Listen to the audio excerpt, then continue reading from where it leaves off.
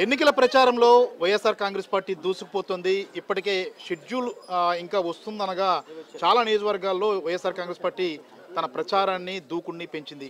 తూర్పు నియోజకవర్గానికి సంబంధించిన వరకు వైఎస్ఆర్ కాంగ్రెస్ పార్టీ అభ్యర్థి ప్రస్తుత ఎంపీ ఎంవివి సత్యనారాయణ గారు తన గడప గడపకు ప్రచారంలో ఇప్పటికే 50 ప్రాంతాలకు పైగా ఆయన దాదాపుగా ప్రచారాన్ని పూర్తి చేశారు. ప్రతి చోటుకి వెళ్ళి ఇంటింటికి వెళ్ళి ప్రజలను కలుస్తున్నారు.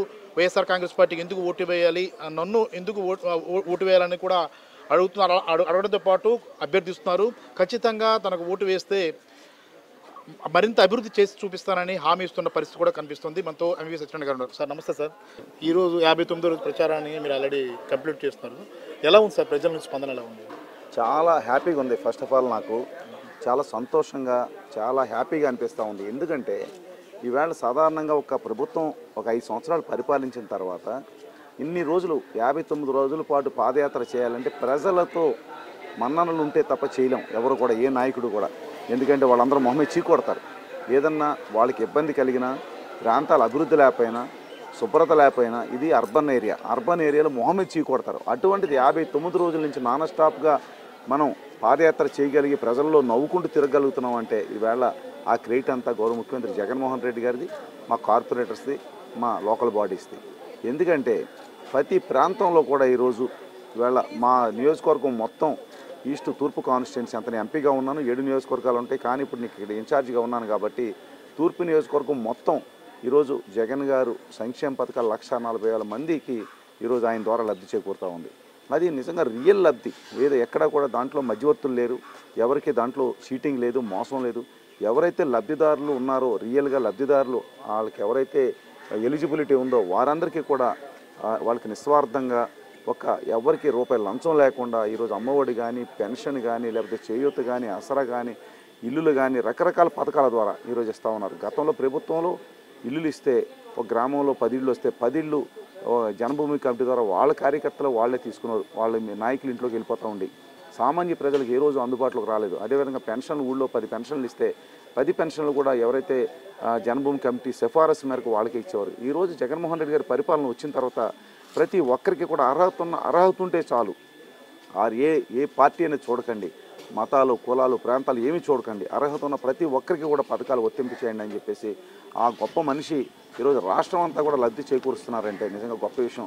అంచేత మేము తిరగలుగుతున్నాం. ఈరోజు మేము ప్రజల దగ్గరికి వెళ్ళి సంతోషంగా, బాబు మీకేం వస్తున్నాయి, మీకేం పథకాలు వస్తున్నాయి అని చెప్పేసి వాళ్ళని అడిగి, వాళ్ళకి ఏదైనా ఎక్కడైనా ఇబ్బంది ఉండి చిన్న చిన్న ఇబ్బందులు ఉన్నా సరే అవి కూడా మళ్ళీ క్లియర్ చేసి వాళ్ళకి వచ్చే విధంగా కూడా మనం వర్క్ చేస్తూ ఉన్నాం ఈరోజు. అంతేకాకుండా విశాఖపట్నం మా తూర్పు నియోజకవర్గంలో ఈరోజు ప్రతి రోడ్డు ఇవాళ ముల్లప్పరావు ఇక్కడ కార్పొరేటర్ గారు కానివ్వండి, మిగిలిన కార్పొరేటర్లు కానివ్వండి, ప్రతి వార్డులో మినిమం 10 కోట్ల రూపాయలు ఈ 3 సంవత్సరాలు ఫస్ట్ 2 ఇయర్స్ మా కౌన్సిల్ లేదు. అదేవిధంగా ఇక్కడ కరోనా ఇబ్బందుల వల్ల అప్పుడు చేయలేకపోయారు. తర్వాత 3 సంవత్సరాలు ఎప్పుడైతే వీళ్ళు కార్పొరేటర్లు ఎన్నికయ్యారో, మా మేయర్ గారు వచ్చారో, ఈ 3 సంవత్సరాల్లో ప్రతి ప్రాంతం సిమెంట్ రోడ్లు కానీ, కాలువలు కానీ, అదేవిధంగా ప్రతి ఒక్క పనులు చేసి వాళ్ళ పార్కులని డెవలప్ చేసి అత్యాధునికమైన పార్కులు తయారు చేశారు. ఈరోజు తయారు చేసి ప్రజల మనలో చేరుకున్నారు ఈరోజు. అదే కాకుండా విశాఖపట్నం మొత్తం బీచ్ రోడ్లు కానీ, లేకపోతే మామూలు రోడ్లు కానీ, ఐలాండ్స్ కానీ, ఫుట్పాత్స్ కానీ, పార్క్స్ కానీ ప్రతి ఒక్క విషయంలోనూ చాలా బాగా అభివృద్ధి చెందింది. అంచేత మాకు ప్రజలందరూ నవ్వుతూ హారతులు ఇస్తూ స్వాగతం పలుకుతూ ఉన్నారు. ఎక్కడ కూడా. తర్వాత ఇంకొకటి ఏంటంటే ముఖ్యంగా ఈరోజు నేను ఒకటి చెప్పదలుచుకున్నాను. ఈరోజు జగన్మోహన్ రెడ్డి గారి ప్రభుత్వం గురించి ఈరోజు అంటే కొన్ని పత్రికలు చూస్తున్నాం, చాలా బాధ అనిపిస్తూ ఉంది. ఎందుకంటే ఈనాడు పేపర్ కానీ, ఆంధ్రజ్యోతి పేపర్ కానీ, లేకపోతే ఏబిఎన్ కానీ, TV5 కానీ ఇలా చూస్తే వాళ్ళు నిజంగా వాళ్ళ అధికారం రావాలనే కోసమే వాళ్ళు కరపత్రాలు పంచుతున్నట్టుగా ఫ్రీగా ఇంట్లో పేపర్లు వేసి తప్పుడు వార్తలు రాసి చేస్తూ ఉంటే నిజంగా చాలా బాధ అనిపిస్తూ ఉంది. ఎందుకంటే ప్రజలందరికీ న్యాయం జరుగుతుంది, అన్ని విధాల మంచి జరుగుతుంది. ఈరోజు ముఖ్యంగా తీసుకుంటే అర్బన్ ఏరియాలో విశాఖపట్నంలో గత ఏ సంవత్సరంలో తీసుకున్నా సరే ప్రతి సంవత్సరం సమ్మర్ వస్తే నీటి సమస్య వచ్చేది. నీరు ట్యాంకర్లతో కొనుక్కునేవాళ్ళు ప్రతి ప్రజలందరూ, నీళ్లు లేక బాధపడేవారు, రోజు వాటర్ ఇచ్చేవారు. అటువంటి 4-5 సంవత్సరాల్లో ఏ రోజు కూడా 2019 తర్వాత ఈ రోజు వరకు ఒక్కరోజు కూడా నీటి సమస్య లేదు. ఒక్కరోజు కూడా నీటి సమస్య లేదు. ఒక్కరోజు కూడా ఒక్క ఇంట్లో కూడా మీరు అడగండి ఎవరినైనా, ఒక ట్యాంకర్ వాటర్ కొనుక్కున్నామని కానీ, ఒక నీరు లేక మేము ఇబ్బంది పడ్డామని కానీ ఏ ఒక్కరు చెప్పడానికి ఎక్కడా కూడా అవకాశం లేకుండా నీటి సప్లై చేశారు. అదేవిధంగా కరెంటు, గతంలో రోజుకు 10 గంటల కరెంటు ఉండేది కాదు, మనందరికీ తెలుసు. ఈ 2019 నుంచి 24 మధ్యలో ఏ ఒక్కరోజు కూడా పవర్ కట్ ఏంటో తెలియదు. జనరేటర్లు కానీ ఆన్ చేసుకోవడం కానీ, ఏసీలు లేకుండా ప్రజలు ఒక్కపోతలు మగ్గిపోవటం కానీ ఏ రోజు మనం ఫేస్ చేయలేదు. అలాగే మనం లా అండ్ ఆర్డర్ విషయంలో కానీ, ఈ శానిటేషన్ విషయంలో కానీ ప్రతి ఒక్కటి అద్భుతంగా పరిపాలించారు. మరి ఎంతకంటే మంచి చేయడానికి ఏముందో నాకైతే తెలియదు. ఎంతకంటే మంచి చేయడానికి ఏ ప్రభుత్వం అయినా ఎంతకంటే మంచి చేయడానికి ఏదైనా ఉందో నాకైతే తెలియదు. అభివృద్ధి విషయంలో కూడా ఈరోజు ఎన్నో రకాల భోగాపురం ఎయిర్పోర్ట్ కానీ, లేకపోతే ఇది కానీ, ఫార్మాసిటీ కానీ, ఐటీ జంక్షన్ ఐటీ కానీ, ఇలా ప్రతి విషయంలోనే ముందుకు దూసుకుపోతుంది విశాఖపట్నం. అంచేత ఈరోజు మమ్మల్ని ప్రతి ఒక్కరూ కూడా మమ్మల్ని స్వాగతాలు ఇచ్చి ఆహ్వానం పలుకుతున్నారు. ఇవాళ 59 రోజులు నేను నడిచానంటే పాదయాత్ర ద్వారా ఇంత నాకు మన్ననలో ప్రభుత్వానికి లేకపోతే నేను నడవలేను. డెఫినెట్గా అందరూ ఒకటే కోరుకుంటా ఉన్నారు. ఈరోజు పత్రికలో రకరకాల వార్తలు రాస్తున్నారు. ఈరోజు జగన్ గారికి అన్ని సీట్లు రావు, ఇన్ని సీట్లు రావని. నిజంగా వస్తారు, చూస్తారు. కొద్ది రోజులు ఎలక్షన్ రాబోతున్నాయి. ఎలక్షన్లో మీరు చూడబోతా ఉన్నారు. అత్యధికమైన మెజారిటీతో ఇవాళ జగన్మోహన్ రెడ్డి ప్రభుత్వం ఏర్పాటు చేయబోతున్నారు.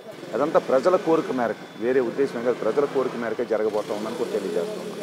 Right sir. ఇంకోటి సార్, ఇక్కడ అభ్యర్థి అంటే గతంలో ఎవరైతే ఇప్పుడు ఎమ్మెల్యేగా ఉన్నారో ఆయన 2 సార్లు గెలిచారు, 3 సార్లు గెలిచాడు అతను. ఈసారి ఖచ్చితంగా అతనికి ప్రజలు సమాధానం చెప్తారని భావిస్తున్నారా? డెఫినెట్గా అండి. అతను ఫస్ట్ టైం 2009లో ఆ రోజు కాంగ్రెస్ పార్టీ, ప్రజారాజ్యం పార్టీ విడివిడిగా పోటీ చేయటం, ఇద్దరు అభ్యర్థులు యాదవ సామాజిక వర్గం నుంచి పోటీ చేయటం వల్ల ఆ ఓట్లు చీలిపోయి అతను ఆ రోజు గెలవడం జరిగింది. 2014లో అదేవిధంగా మళ్ళీ బీజేపీ ఇది ఆ రకమైన కొన్ని కారణాల వలన ఆ రోజు కూడా మనం ఓడిపోవడం జరిగింది. ఈరోజు 2019లో కూడా అతను కొన్ని కారణాల వలన అతను మా అభ్యర్థి ఓడిపోవడం జరిగింది.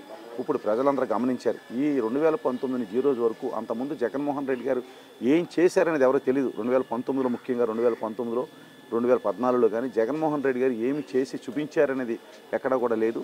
వారు తప్పుడు వార్తలు, తప్పుడు ప్రచారాన్ని నమ్మి ప్రజలందరూ కూడా అటు ఓటేయటం జరిగింది. కానీ ఈసారి అతని 5 సంవత్సరాల కాలంలో కనీసం ఒక గడప కూడా తొక్కలేదు, ఒక ప్రాంతం కూడా అభివృద్ధి చేయలేదు, ఒక ప్రాంతానికి వెళ్ళలేదు. ఎవరు అడిగినా మా ప్రభుత్వం లేదు, నేను ఏం చేయగలను, నా చేతిలో ఏమీ లేదని తప్పించుకున్నాడు తెలివితేటలుగా. కానీ ఒక్క ప్రాంతంలో కూడా కనీసం అతను అభివృద్ధి కోసం ఒక ప్రయత్నం కూడా చేయలేదనేది ప్రజలందరూ గమనించారు. ఈరోజు ఎట్టి పరిస్థితుల్లో అభివృద్ధి విషయంలో కానీ, సంక్షేమ విషయంలో కానీ మన జగన్మోహన్ రెడ్డికి ప్రభుత్వం కావాలి. అదేవిధంగా ఒక ఎంవీవీ సత్యనారాయణ అనే వ్యక్తిని ఈరోజు అభ్యర్థి ఇక్కడ పెట్టారు. అతను కూడా ఒక స్థాయి ఉన్న వ్యక్తి, ప్రజల కోసం చేయగలిగిన వ్యక్తి కాబట్టి డెఫినెట్గా అతన్ని మనం ఈసారి అవకాశం ఇద్దామని ప్రతి ఒక్క నోట్లో నుంచి ఈరోజు ప్రతి ఒక్కరు కోరుకుంటా ఉన్నారు. ఎందుకంటే 3 సార్లు అతనికి అవకాశం ఇచ్చాం.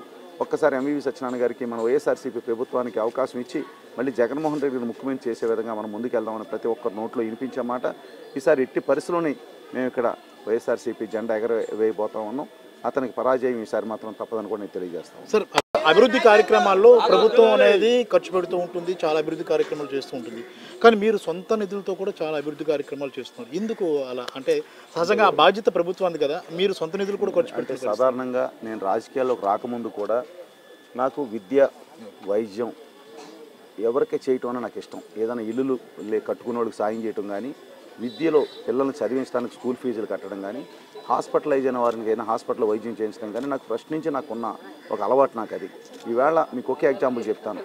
మా ఇంట్లో ఎవరు వాటర్స్ కాదు, మా వాటర్స్ కూడా కాదు, వాళ్ళు బయట వాటర్స్, ఇప్పుడంటే వాటర్స్ అయ్యారు. కానీ మా ఇంట్లో వాచ్మెన్గా పనిచేస్తున్న వాచ్మెన్ కొడుకులకి నేను 1,80,000 ఫీజు కట్టి శశి తగరపొలసలో చదివిస్తా ఉన్నాను హాస్టల్లో పెట్టి వాళ్ళిద్దరిని.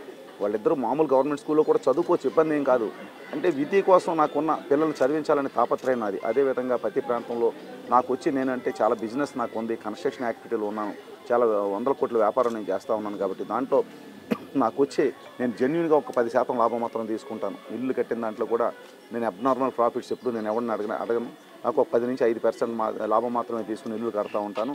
ఆ వచ్చిన డబ్బులో కూడా మళ్ళీ 10% నేను ఏదో గుళ్ళు కట్టడానికి కానీ, స్కూల్ బిల్డింగ్లు కట్టడానికి కానీ, పేద విద్యార్థులను చదివించడానికి కానీ, లేదా ఎవరికైనా పెళ్ళిళ్ళకి సాయం చేయటం కానీ, లేదంటే చనిపోయిన వారికి ఆర్థికంగా సహాయం చేయటం కానీ, ఇలాంటి కార్యక్రమాలన్నీ నేను చేస్తూ ఉంటాను. అది నాకు ఫస్ట్ నుంచి ఉంది. ఇప్పుడు కూడా అదే కార్యక్రమాలు కంటిన్యూ చేస్తూ ఉన్నాను. కానీ ఇప్పుడు ఈ తూర్పు నియోజకవర్గంలో ఉన్నాను కాబట్టి, రాజకీయాలు ఎలక్షన్ ముందు ఉన్నాను కాబట్టి ప్రతి ఒక్కటి నేను చేసే పని ప్రతి ఒక్కటి బయటకు వస్తూ ఉంది కాబట్టి తెలుస్తూ ఉంది మీకు. నేను ఎప్పుడు ఈ కార్యక్రమాలు చేస్తూ ఉంటాను కూడా. భవిష్యత్తులో కూడా నేను ఒకటే చెప్తా ఉన్నా, నేను ఎమ్మెల్యేగా ఎన్నికైన తర్వాత రోజు ఉదయం 8 గంటల నుంచి 10 గంటల వరకు నేను వార్డు పర్యటనలు పెట్టుకుంటాను మా కార్పొరేటర్ సమక్షంలో. కార్పొరేటర్ గారికి రోజుకో వార్డు షెడ్యూల్ ఇచ్చి ఆ వార్డులో అది కూడా నా కారు కాకుండా నా 2 వీలర్ మీద నేను ప్రయాణం చేసి, 2 వీలర్ మీద మొత్తం వార్డు అంతా ప్రయాణం చేసి అక్కడున్న సమస్యలు మున్సిపల్ కార్పొరేషన్ కానీ, లేదంటే ఎలక్ట్రిసిటీ డిపార్ట్మెంట్ కానీ వాళ్ళని తక్షణం అక్కడ పిలిపించి అక్కడే సత్వరం పరిష్కారం అయ్యే దిశగా కూడా నేను ప్రయత్నం చేస్తాను. ప్రాంతం అభివృద్ధి కానీ సమస్యలను పరిష్కరించడానికి కానీ అనే ఉద్దేశంలో నేను నిర్ణయం తీసుకున్నా. ఇది నేను గెలిచిన తర్వాత మొదటి రోజు నుంచి ఆ కార్యక్రమం కూడా చేపడతానని కూడా తెలియజేస్తా ఉన్నా. ఇది చెప్తున్నారుగా, స్పష్టమైన హామీ అయితే ఇస్తున్నారు. ముఖ్యంగా ఏదైతే గెలిచిన తర్వాత ఏం చేస్తామన్న హామీ కూడా ఇస్తున్న పరిస్థితి అయితే కనిపిస్తుంది. ముఖ్యంగా ఎంవివి సత్యనారాయణ గారు ఒక స్పష్టమైన హామీ ఇస్తున్నారు. ఏదైతే ఎన్నికలకు సంబంధించి ఇప్పటికే ప్రచారాన్ని ఉధృతం చేస్తున్న పరిస్థితి కనిపిస్తుంది. అలాగే ఆయన గెలిచిన తర్వాత ఏం చేస్తామన్న ఒక ప్రణాళిక కూడా ఆయన ప్రజల ముందు ఇస్తున్నారు. గెలిచిన తర్వాత ప్రతిరోజు వార్డు పర్యటన చేస్తాను, ఉదయం 8 నుంచి 10 వరకు అని చెప్తున్నారు. తూర్పు నియోజకవర్గం అనేది కూడా కీలకమైన నియోజకవర్గంగా చెప్పుకోవాలి. ఎందుకంటే ఇక్కడ 3 సార్లు తెలుగుదేశం పార్టీ గెలిచిన పరిస్థితి. ఈసారి ఈ కంచుకోటను బద్దలగొట్టడానికి ఎంవివి సత్యనారాయణ అనే వ్యక్తిని వైఎస్ఆర్ కాంగ్రెస్ పార్టీ రంగంలో దించింది. రకరకాల కారణాలతో ఇక్కడ తెలుగుదేశం పార్టీ అభ్యర్థి గెలుస్తూ వచ్చాడు. కానీ గత కోవిడ్ టైంలో అసలు అడ్రస్ లేకుండా పోయాడు అతను. కనీసం ప్రజలకు పలకరించే నాదుడు కూడా లేని పరిస్థితుల్లో అతను కూడా విజయవాడలో దాక్కున్న పరిస్థితి కూడా కనిపించింది. అయితే అనూహ్యంగా ఎంవివి సత్యనారాయణ అటు నిర్మాణ రంగంలో ఉన్నారు, ఎంపీగా గతసారి గెలిచారు వైసీపీ పార్టీ నుంచి. ఈసారి ఎమ్మెల్యేగా గెలిచి ప్రజల మధ్య ఉండాలని కోరుకుంటారు. అందుకు అనుగుణంగానే ఆయన ప్రజల వెంట నడుస్తూ ఎన్నికల ప్రచారంలో దూకుడుగా వెళ్తూ ప్రతి ఒక్కరికి ఓట్లు అడిగే పరిస్థితి అయితే విశాఖపట్నం ఇది తూర్పు నియోజకవర్గంలో కనిపిస్తున్న దృశ్యాలు. కెమెరామెన్ మూర్తితో Prasad, I dream media, Visakhapatnam.